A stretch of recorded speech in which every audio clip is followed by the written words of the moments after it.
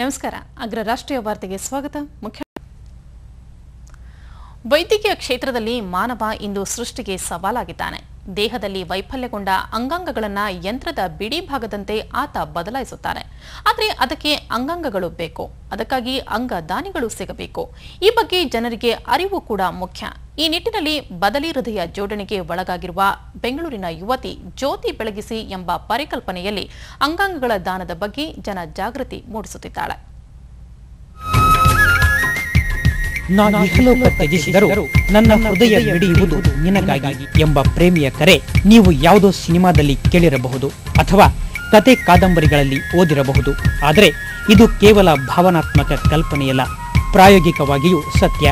ನಮ್ಮ ವೈದ್ಯಲೋಕ ಈಗ ಅಷ್ಟೊಂದು ಮುಂದುವರೆದಿದೆ. ಬೇರೆಯವರ ಹೃದಯವನ್ನ ಇನ್ನೊಬ್ಬರಿಗೆ ಜೋಡಿಸುವಲ್ಲಿ ಯಶಸ್ಸು ಕಂಡಾಗಿದೆ. ಈ ಯುವತಿಯ ಹೆಸರು ರೀನಾ ರಾಜ್. ರಾಜ್ಯದಲ್ಲೇ ಮೊದಲು ಬದಲಿ ಹೃದಯ ಜೋಡಣೆಗೆ ಒಳಗಾದವರು ಇವರು. ಒಂದು ಕಾಲದಲ್ಲಿ ರಾಜ್ಯದ ಹಾಕಿ ತಂಡ ಪ್ರತಿನಿಧಿಸಿದ್ದರು. ಜೊತೆಗೆ ಉತ್ತಮ ಹಾಡುಗಾರ್ತಿ. ಆದರೆ ವಿಧಿ ಅವರ ಆರೋಗ್ಯ ಭಾಗ್ಯವನ್ನೇ ಕಸಿದುಕೊಂಡಿತ್ತು.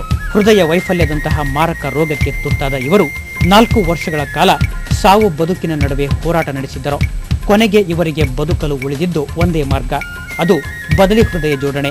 ಬದಲಿ ಹೃದಯ ಜೋಡಣೆಯಿಂದ ಸಾವಿನ ದವಡೆಯಿಂದ ಹೊರಬಂದ ರೀನಾ ಈಗ ಬೆಂಗಳೂರಿನಲ್ಲಿ ಅಂಗಾಂಗಗಳ ದಾನದ ಬಗ್ಗೆ ಜನರಲ್ಲಿ ಜಾಗೃತಿ ಮೂಡಿಸುತ್ತಿದ್ದಾರೆ.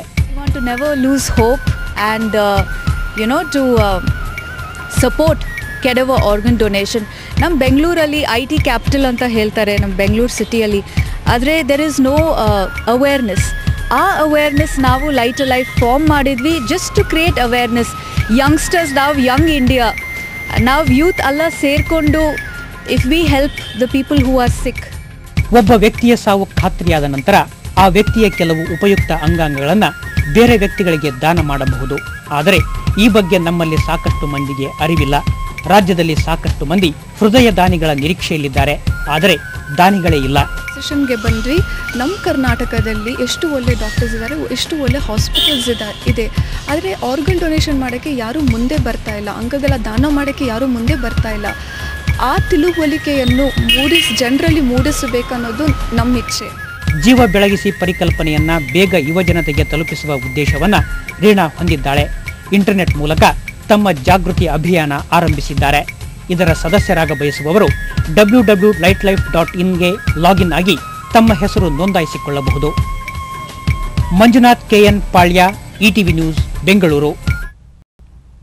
10:30 ಕನ್ನಡ ನಡೆಯೊಂದಿಗೆ ಮತ್ತೆ ಭೇಟಿಯಾಗೋಣ. ವಂದನೆಗಳು.